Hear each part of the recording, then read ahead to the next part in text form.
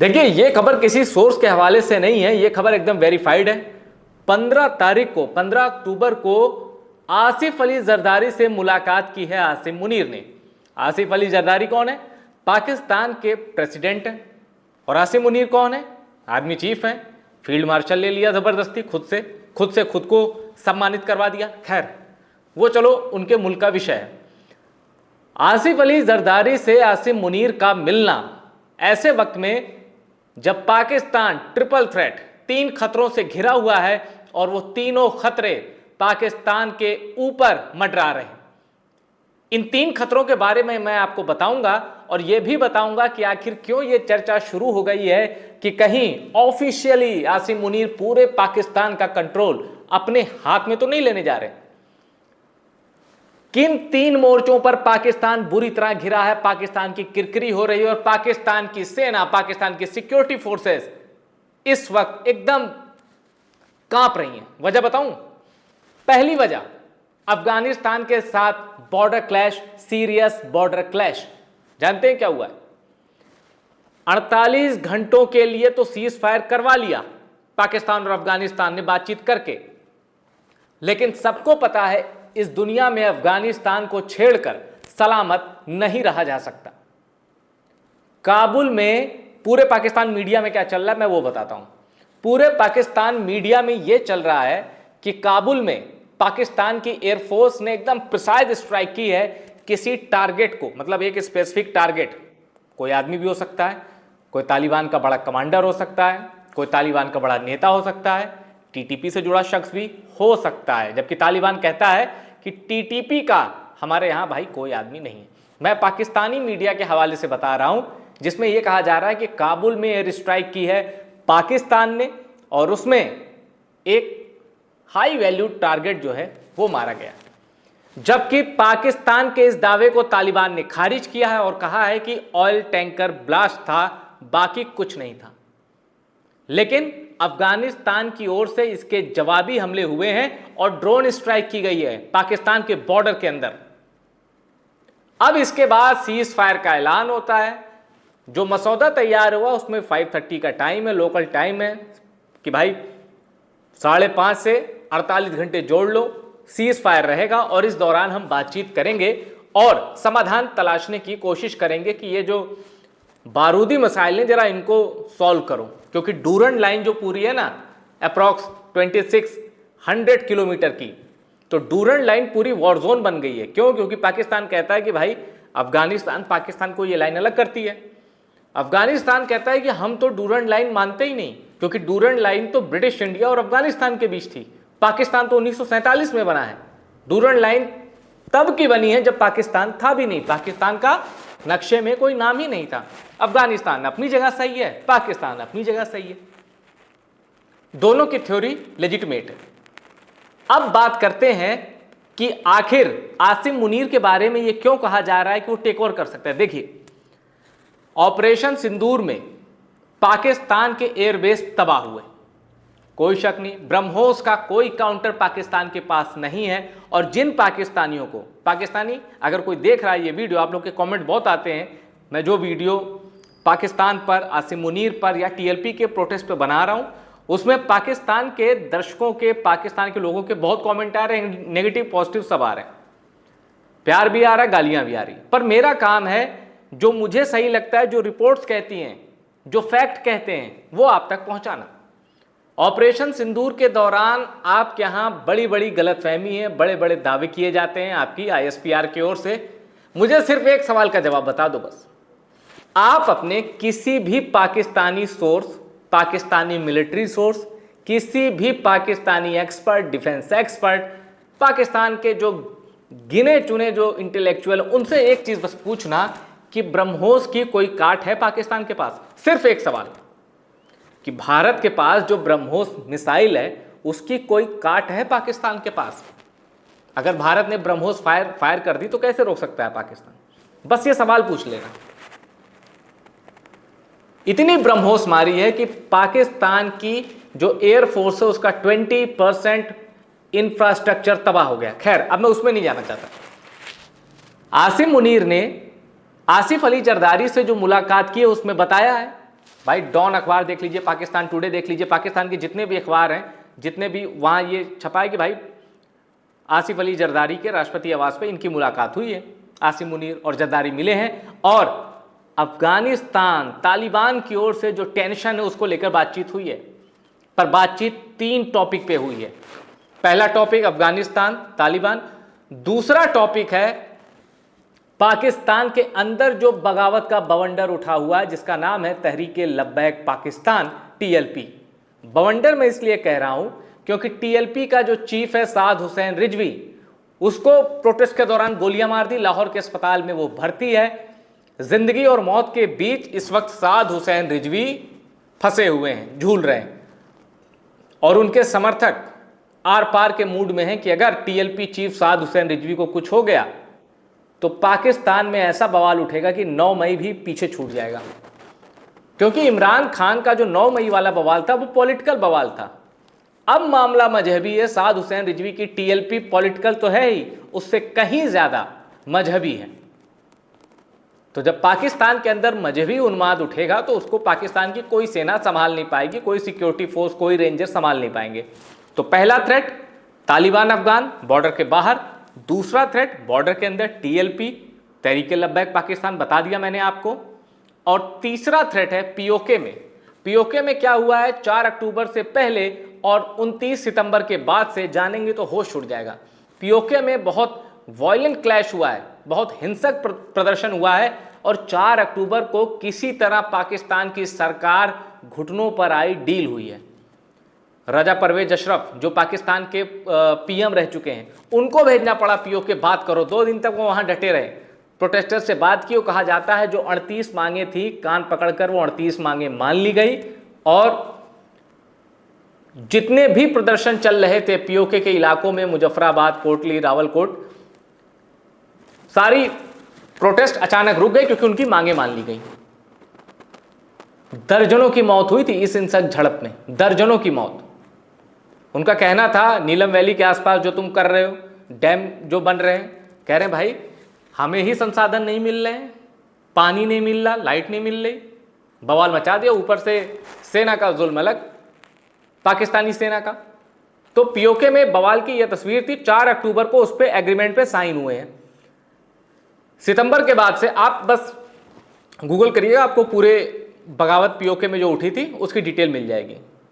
शहबाज शरीफ को 2 दिन तक हाई डेलीगेशन पीओके में रखना पड़ा। चलो 3 मोर्चे पे मैंने आपको बता दिए कि आसिफ अली जरदारी और आसिम मुनीर के बीच बात हुई है। अब सवाल आता है कि आखिर ये तख्ता पलट की थ्योरी क्यों आ रही है। भाई आसिम मुनीर जब मुल्क को ऑपरेट कर रहे हैं, सब कुछ उन्हीं की मर्जी का हो रहा है, जो वो चाह रहे हैं वो हो रहा है, तो फिर ये तख्ता पलट की थ्योरी कहां से आ रही है। इसका बहुत सिंपल सा जवाब है, आसिम मुनीर पाकिस्तान के अंदर अपनी ताकत बढ़ा रहे हैं और पाकिस्तान की उतनी ही फजीहत हो रही है, पाकिस्तान उतने ही संकटों में घिर रहा है। मतलब फिर से सुनिए, आसिम मुनीर की अपनी ताकत तो बढ़ रही है, लेकिन पाकिस्तान का क्या हो रहा है, उसे अफगानिस्तान तालिबान ठोक रहा है। पाकिस्तान के अंदर का ही एक मौलाना साद हुसैन रिजवी, उसके हजारों समर्थक, उस पर पाकिस्तान की सिक्योरिटी फोर्सेस, रेंजर्स खुलेआम फायर करते हैं। साद हुसैन रिजवी के प्रोटेस्टर हथियार नहीं उठाते, जब उन पर फायरिंग होती है, जब उन पर गोले दागे जाते हैं, जब उन पर शेलिंग होती है, तब फिर वो काउंटर करते हैं और टारगेट पर लेते हैं पंजाब पुलिस के जवानों को। 300 से ज्यादा टीएलपी के कार्यकर्ताओं को मार दिया गया ओपन फायर करके, जैसे जलियांवाला बाग में हुआ था, निहत्तों पर गोलियां बरसाना ना, वैसा ही किया गया है पाकिस्तान में मुरीदके में 13 अक्टूबर की रात। और आसिम मुनीर को बुचर ऑफ मुरीद के कह के टीएलपी के लोग गालियां दे रहे हैं और ढूंढ रहे हैं कि बस तू मिल जा कहीं से। यह हो रहा है पाकिस्तान में, पीओके, टीएलपी और टीटीपी। और टीटीपी को तो ढूंढ नहीं पा रहे। काबुल में जो एयर स्ट्राइक 9 अक्टूबर को की थी पाकिस्तान ने, वो इसलिए की थी, उन्हें लगा कि मुफ्ती नूर वली महसूद मिल जाएगा। अब मुफ्ती नूर वली महसूद कौन है? टीटीपी का चीफ है। अफगानिस्तान कहता है भाई ये हमारे यहाँ कभी था भी नहीं, कभी है भी नहीं। पाकिस्तान कहता है नहीं, छुपाए तो तुम नहीं है। पाकिस्तान की इंटेलिजेंस एजेंसी, सबसे बदनाम इंटेलिजेंस एजेंसी दुनिया की, आईएसआई। और मैं ऐसा नहीं हूं कि मैं ये कह दूं कि भाई आईएसआई एकदम ख़त्म टाइप की खुफिया एजेंसी है। आईएसआई सबसे बदनाम है तो उसके एजेंट फैले हुए हैं, क्योंकि रेडिकलाइज करना बड़ा आसान है, तो मजहब के नाम पे उसके एजेंट्स भी दुनिया के कोने कोने में फैले हुए हैं। नूर वली महसूद जो है वो टीटीपी का चीफ है और पाकिस्तान की एजेंसी पता ही नहीं लगा पा रही कि यह है कहाँ पे, उसे पता ही नहीं मालूम, जबकि नूर वली महसूद वजीरिस्तान की पैदाइश है, उसकी है वो पाकिस्तानी। पाकिस्तान को तो ये पूछना चाहिए, जब इसी मिट्टी में पैदा हुए, वही दीनी तालीम ली, तो पाकिस्तान के खिलाफ एक्शन क्यों कर रहे हो, क्यों ले रहे हो? और इससे पहले पाकिस्तान ने टीटीपी के जो चीफ थे भाई, वो कई चीफ टीटीपी के एलिमिनेट हुए। बैतुल्ला मसूद है, फजुल्ला है, एक नाम बीच में और था भूल रहा हूँ मैं। फिर मुफ्ती नूर वली महसूद बने। महसूद एक ट्राइब है, कबीला है।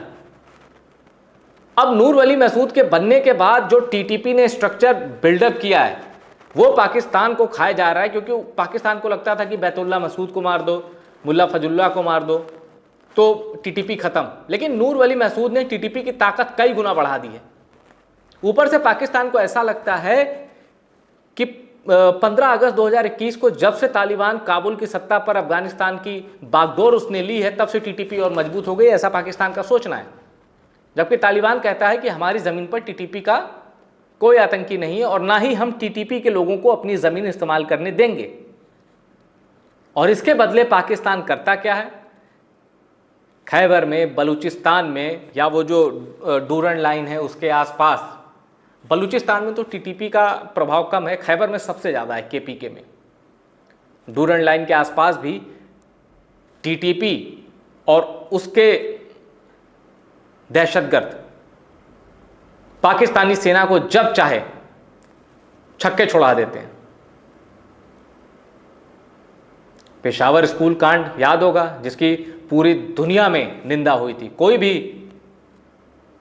भी उस कांड को जस्टिफाई नहीं कर सकता। भारत की सरकार ने भी तब विरोध में बड़ी आवाजें उठाई थी, क्योंकि वो इंसानियत का कत्ल था, पेशावर स्कूल मैसेकर।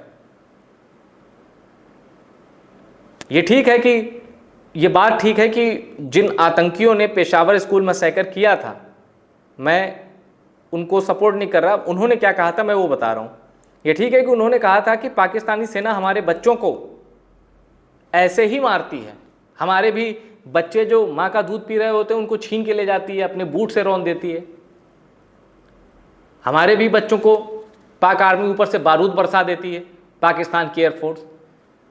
अब कितने बच्चे खींच ले जाते हैं, वो कभी वापस भी नहीं मिलते। तो इसलिए टीटीपी ने कहा था कि जिस तरह तुमने हमारे बच्चों को मारा है, हम तुम्हारे बच्चों को मारेंगे। लेकिन दुनिया की कोई भी दलील इस चीज को जस्टिफाई नहीं कर सकती जो पेशावर स्कूल मैसेकर में हुआ। टीटीपी के उस एक्ट की निंदा भारत ने भी की। यहां कोई टीटीपी से हमदर्दी नहीं है। टीटीपी को एक दहशतगर्द संगठन ही माना जाता है भारत में भी। बस यही अंतर है पाकिस्तान की परवरिश और भारत की परवरिश में। जो इंसानियत का दुश्मन है वो भारत की नज़र में फिर इंसानियत का दुश्मन है। जबकि पाकिस्तान, कितने दहशतगर्द तो पाले बैठे हो। ओसामा बिन लादेन को सालों छिपाया। अभी जहां मुरीदके में आपके बवाल हुआ टीएलपी से, मुरीदके लश्कर का हेडक्वार्टर है। जैश और हिजबुल के चीफ आज भी आपके यहाँ एकदम मौज में है। दाऊद इब्राहिम आपके यहाँ चैन की सांस ले रहा है। तो आप टेरर की नर्सरी नहीं रहे, अब आप यूनिवर्सिटी बन चुके हैं पाकिस्तान। और पूरी दुनिया में आपके जो ग्रेजुएट है ना यूनिवर्सिटी ऑफ टेरर के, वो निकल रहे हैं। अब खामियाजा कभी ना कभी तो भुगतना पड़ेगा। अब टीएलपी वाले, ये कोई दहशतगर्द तो है नहीं, तहरीक लब्बैक की बात कर रहा हूँ, ये मजहबी हैं, कट्टरपंथी संगठन है, थोड़े से कट्टर हैं, पर ये आर्म्ड ग्रुप नहीं है। आपने आईजी पंजाब का मैं वो देख रहा था, पंजाब पुलिस जो मरियम नवाज शरीफ के अंडर आती है, क्योंकि मरियम वहाँ की सीएम है पंजाब की। उनके जो आईजी हैं अली रिजवी, सैयद अली रिजवी ऐसा कुछ नाम है, वो निहत्थों पे जब गोलियां बरसाया इस्लामाबाद की पुलिस ने, तो वो कह रहे हैं वाह क्या काम किया है, शाबाश। अपनी ही पुलिस को वो शाबाशी दे रहे हैं।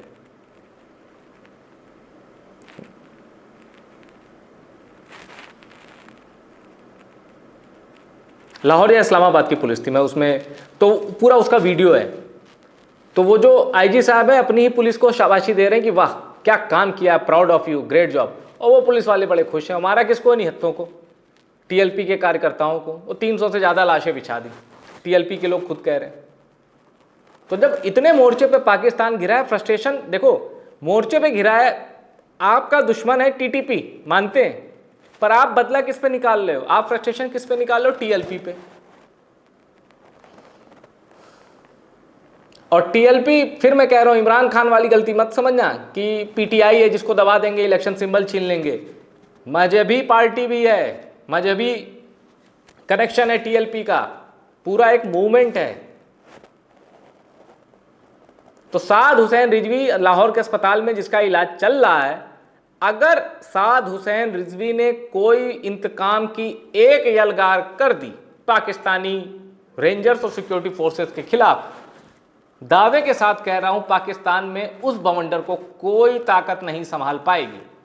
और आसिम मुनीर इन्हीं चिंताओं के बीच आसिफ अली जरदारी से मिलने गए थे। जरदारी भी कह रहे थे कि तुम तो यार खुद ताकत, अपनी शक्तियां तो बढ़ा रहे हो, फील्ड मार्शल बन गए।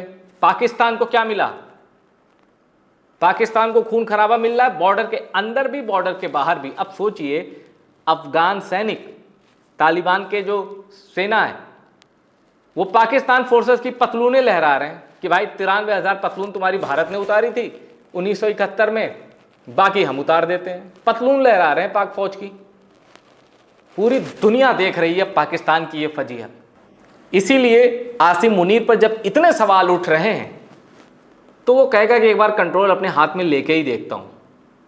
अभी तो उसके पास ये कहने की दलील है ना कि देखो सारा कंट्रोल मेरे पास नहीं है, विदेश नीति मेरा मसला तो है नहीं, विदेश नीति तो पाकिस्तान सरकार का क्राइटेरिया है। तो आसिम मुनीर जब लगातार फजीहत होगी, असंतोष बढ़ेगा, तो तख्ता पलट यानी मिलिट्री कू भी हो सकता है। इस संभावना से इनकार नहीं किया जा सकता।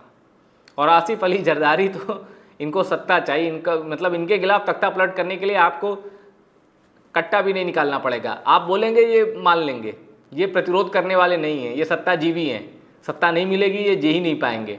तो जो आप कहेंगे वो आसिफ अली जरदारी कर देंगे। पॉलिटिक्स में श्रूड है वो, लेकिन अब वो उम्र नहीं है कि वो सेना के खिलाफ आवाज़ उठा पाएँ, क्योंकि इंटेलिजेंस रिपोर्ट होने के बावजूद उनकी वाइफ बेनज़ीर भुट्टो को नहीं बचाया जा सका। जिनको मारना था उन्होंने बेनज़ीर भुट्टो को मार दिया। हामिद गुल का भी नाम आता है इसमें, बेनज़ीर भुट्टो को मारने में, जो कि आईएसआई का चीफ रहा था, हामिद गुल। तो ये पूरे पाकिस्तान मतलब एक कर्ज तो है ही, लेकिन इसके बावजूद हम नहीं चाहते कि वहां किसी का भी खून बहे। जब तक आप भारत से पंगे नहीं लेते, हमारी पूरी सिंपैथी आपके साथ है कि भाई थोड़ा बेहतर करो, रोजी के क्षेत्र में रोटी कमाओ, रोटी खाओ,